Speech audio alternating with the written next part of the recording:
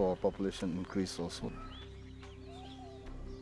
And how do you balance between attempting to tranquilize and attempting to shoot down this, problem animal?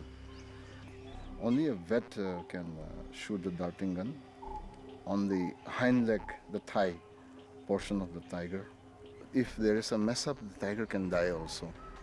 Tranquilizing, in my opinion, is not an option. If it doesn't attack you, it's going to run. It'll run into the bush, far away from you. You will not know where it is. So what have you achieved? Once an animal has turned into a man-eater, you cannot take the risk of playing around with human lives. Fearing any potential for failure, the government authorizes the use of live ammunition.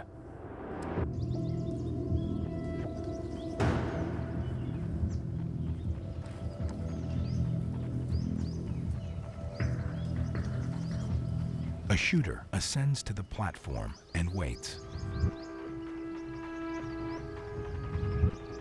A day passes. Night falls.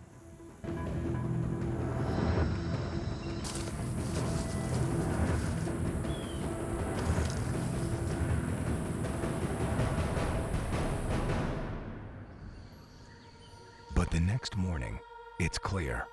The mysterious queen will not reveal herself.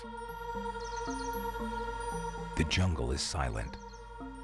Has she moved on? Is she gone for good?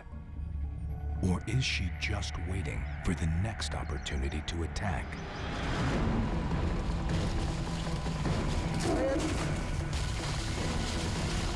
Three months later, the answer arrives. The killer queen is back.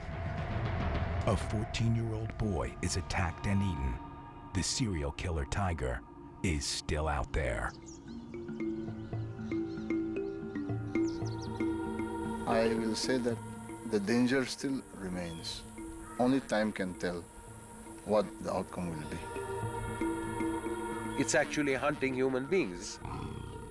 I think the only way out is it has to be exterminated. I fear that she might attack human beings again. This is the worst outcome that I can think of.